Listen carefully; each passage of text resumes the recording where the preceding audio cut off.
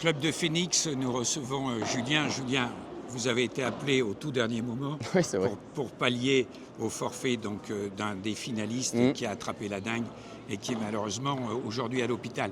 Alors, vous êtes aussi venu, je crois, pour faire des formations.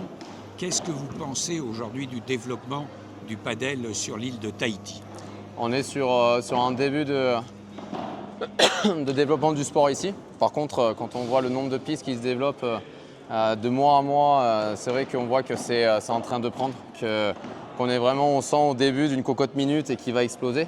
Et c'est super, c'est pour ça que je suis venu ici, c'est parce que je voulais voir la ferveur qu'avait le padel sur la Polynésie française, de voir aussi comment on pouvait faire pour que la Fédération française de tennis et ici avec la Fédé ici et potentiellement les formations ici, qu'on puisse former ces coachs parce que je pense que c'est indispensable pour le développement d'une discipline de former les coachs de demain. Donc non, je suis agréablement surpris, même plus qu'agréablement surpris. Je ne m'attendais pas à avoir autant de monde rien que là déjà sur l'exhibition alors qu'on l'a préparé comme tu dis au dernier moment. Donc non, c'est génial et je pense que le padel a de beaux jours ici, quoi. L'American Express Pacific Club a réuni en 3 semaines plus de 520 joueurs. Il y a eu 320 matchs depuis les pré-Prévia et le tableau final, hommes et femmes. Le niveau a été surprenant, mais il y a encore tout à faire parce qu'on ne joue pas au padel.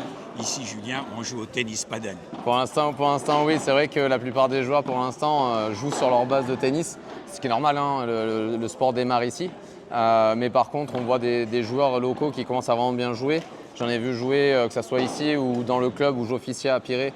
C'était Manoa, il y a Rich qui joue très bien aussi. Donc il y a des joueurs qui arrivent, il y a des jeunes aussi. J'ai vu des jeunes qui jouaient très bien, des femmes aussi qui commencent à arriver. Donc oui, il y a, comme tu dis, en fait, il y a eu énormément de matchs. Et de toute façon, on sait très bien que le haut niveau, pour qu'il existe, il faut qu'il y ait une très bonne base de loisirs. Et je pense que la base de loisirs, rien qu'à voir ici, tu l'as dit, le nombre de joueurs et là, le nombre de personnes qu'il y a ici, je pense que la base de loisirs est en train de vraiment grossir. Et je pense qu'on aura des très bons joueurs assez rapidement sur la Polynésie française, il n'y a aucun doute. Ouais. Il va falloir quand même mettre en place toute une organisation. Aujourd'hui, il y a 4 clubs. Demain, on peut dire qu'en 2026, il y en aura 8. Donc tout ceci va se développer, il faut des dirigeants, il faut des entraîneurs. On parlait tout à l'heure donc que la Fédération française de tennis pourrait aider la future fédération ici de padel, de la Polynésie française. Alors le tennis en France, par rapport au padel, que se passe-t-il? On voit quand même beaucoup de clubs de tennis qui sont à l'agonie et qui remplacent tous leurs cours par des cours de padel. Est-ce que c'est une bonne formule qu'il n'y ait qu'une famille d'accueil pour les deux disciplines? Moi, je pense que c'est bien qu'il n'y ait qu'une famille d'accueil en voyant et pourtant, j'étais pas forcément de cet avis au début, mais force est de constater que la Fédération française de tennis met les moyens, que ça soit structurellement parlant, mais aussi financier pour développer le sport. Quand on voit au début le trou financier qu'a donné le Greenwiz à Paris, sur le Paris Major, on voit qu'ils ont investi quand même pour développer le sport. Je le vois aussi maintenant de l'intérieur depuis cette année.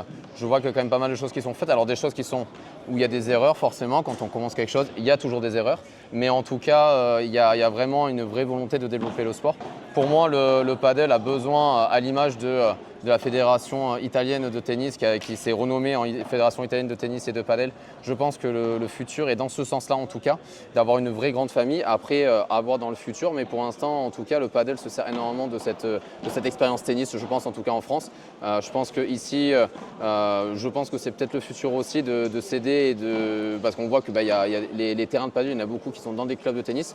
Après, comme tu as dit, il y a beaucoup de clubs de tennis qui commencent pas à agoniser, mais en tout cas, le tennis a moins le vent en poupe sur certaines régions. Il les remplace par du padel. Je pense que ceux qui les remplacent par du padel sont des clubs qui ont envie de faire un peu plus de rentabilité. Après, il y a des vrais exemples de super clubs de tennis. Moi, je suis dans le sud de la France et c'est vrai qu'on a des très beaux clubs de tennis qui marchent très bien. Je suis moins dedans parce que maintenant, voilà. Mais j'ai beaucoup de responsabilités dans le padel. Mais en tout cas, pour l'instant, de mon avis, je peux changer encore, j'ai le temps de changer en tout cas. C'est bien d'avoir une seule grande famille parce qu'on a la possibilité de développer les deux sports dans une même grande famille.